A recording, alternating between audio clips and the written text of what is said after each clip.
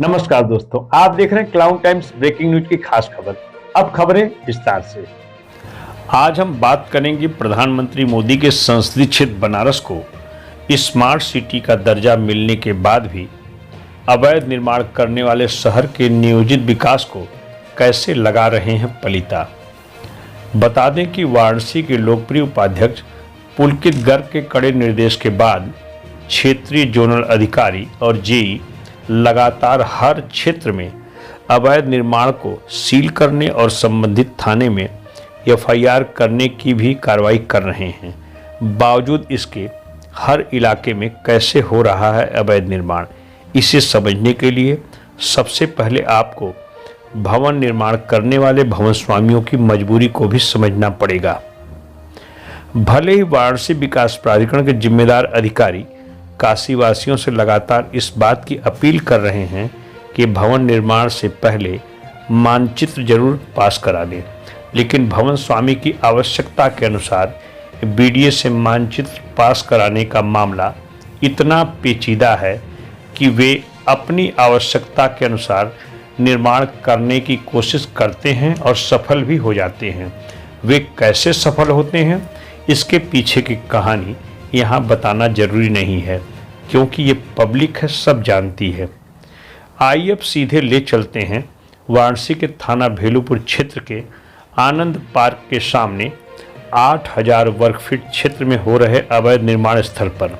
यहाँ आप देख सकते हैं एचएफएल यानी अधिकतम बाढ़ बिंदु क्षेत्र के प्रतिबंधित इलाके में वाराणसी विकास प्राधिकरण से सील होने के बाद भी निर्माण जारी है।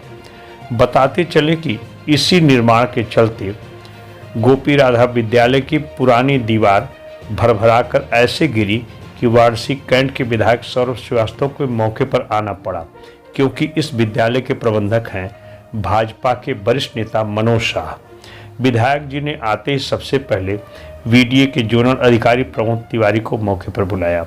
वाराणसी विकास प्राधिकरण में अपनी तेज तर्रार कार्यशैली के लिए मशहूर श्री तिवारी ने तत्काल इस निर्माण को सील करके इससे भेलूपुर थाने की अभिरक्षा में दे दिया और भवन स्वामी अजय सिंह को इस बात की ताकीद कर दिया कि आगे से यहाँ कोई निर्माण नहीं होगा।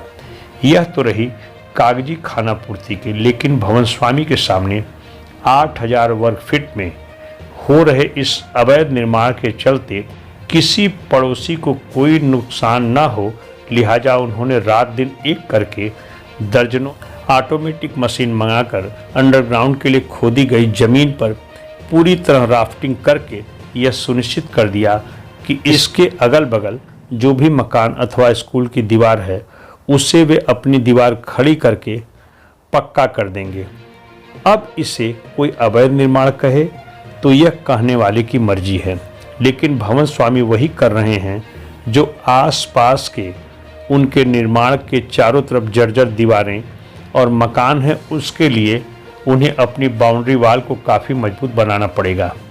मैं क्लाउड टाइम्स के दर्शकों को बताना चाहता हूं कि रविंद्रपुरी क्षेत्र की पूरी कॉलोनी वाराणसी विकास प्राधिकरण के द्वारा स्वीकृत कॉलोनियों की फहरिस्त में सबसे पुरानी है, लेकिन किन्हीं कारणों से यह इलाका एचएफएल के दायरे में आ गया है।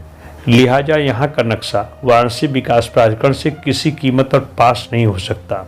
यही कारण है कि इस इलाके में जो भी निर्माण हो रहे हैं उसे वीडीए की नज़र में अवैध ठहराया जाता है और भवन स्वामी हर कीमत पर अपना निर्माण करके उसे वैध ठहराने में जुटे रहते हैं, क्योंकि पूरे बनारस में सबसे महंगी ज़मीन का दाम इसी इलाके में है और सबसे अधिक पूंजीपति भी इसी इलाके में रहते हैं। लिहाजा इस क्षेत्र के विधायक और वीडीए के शीर्ष जिम्मेदार अधिकारी भी हाई कोर्ट से लेकर शासन तक इस कोशिश में जुटे हैं कि यह इलाका एचएफएल से बाहर हो जाए तो सभी को फायदा होगा। अब आइए आपको वाराणसी के थाना भेलूपुर के शिवाला क्षेत्र में 4 मंजिला अवैध निर्माण को दिखा रहे हैं। यह निर्माण कब शुरू हुआ और कैसे 4 मंजिल तक पहुंच गया, यह यक्ष प्रश्न सवालों के घेरे में है। फिलहाल इसकी बाहरी दीवारों पर प्लास्टर का काम जोरों पर है। अब हम आपको ले चलते हैं वाराणसी के थाना चौक अंतर्गत रेशम कटरा के सकरी गली में, जहां आप देख सकते हैं वीडीए ने इस निर्माण को अवैध मानते हुए पहली मंजिल को ही सील कर दिया है, लेकिन भवन स्वामी ने बीडीए की सील का पूरा पट्टा तोड़कर निडर होकर तीसरी मंजिल की ढलाई कर चुका है और आगे भी यहां का व्यावसायिक निर्माण जारी है। कुल मिलाकर वाराणसी विकास प्राधिकरण के जिम्मेदार अधिकारी अवैध निर्माण करने वाले भवन स्वामियों के खिलाफ जितना भी अभियान चलाएंगे, फिर भी यह सिलसिला रुकने वाला नहीं है, क्योंकि शहर की इतनी महंगी जमीनों का 1 इंच भी कोई भवन स्वामी नक्शा पास कराने के नाम पर बर्बाद नहीं करना चाहता। खासकर चौक, दाल मंडी, ठठेरी बाजार आदि इलाकों में भवन स्वामियों और बिल्डरों ने पार्किंग एरिया को भी बेचकर उसमें व्यावसायिक उपयोग के लिए दुकानें बनाकर बेच दिया है और दुकानदार भी पार्किंग एरिया में धड़ल्ले से अपना कारोबार कर रहे हैं। ऐसे में जब तक लोगों के बीच शहर की नियोजित विकास के प्रति जागरूकता नहीं आएगी, तब तक वे नक्शा पास कराकर भी अवैध निर्माण करते रहेंगे। आज के लिए बस इतना ही। हम फिर मिलेंगे किसी और खबर के साथ। दोस्तों, clown times TV YouTube channel को अभी तक आपने लाइक और सब्सक्राइब नहीं किया है तो इसे जरूर करें, घंटी को भी दबाएं। खबर अच्छी लगी है तो अपने दोस्तों के साथ साझा भी कीजिए।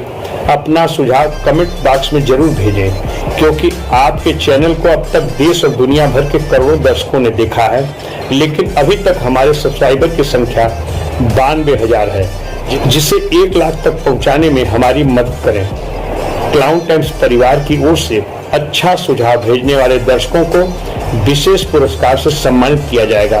अंत में हम फिर एक बार आपसे अपील करेंगे कि आप अपने चैनल पर 1 लाख दर्शकों को जोड़ने के लिए चैनल को लाइक करें, सब्सक्राइब करें, बेल आइकन को प्रेस जरूर करें। क्लाउन टाइम्स की खबरों को फेसबुक पेज पर देखने के लिए पेज को लाइक जरूर करें।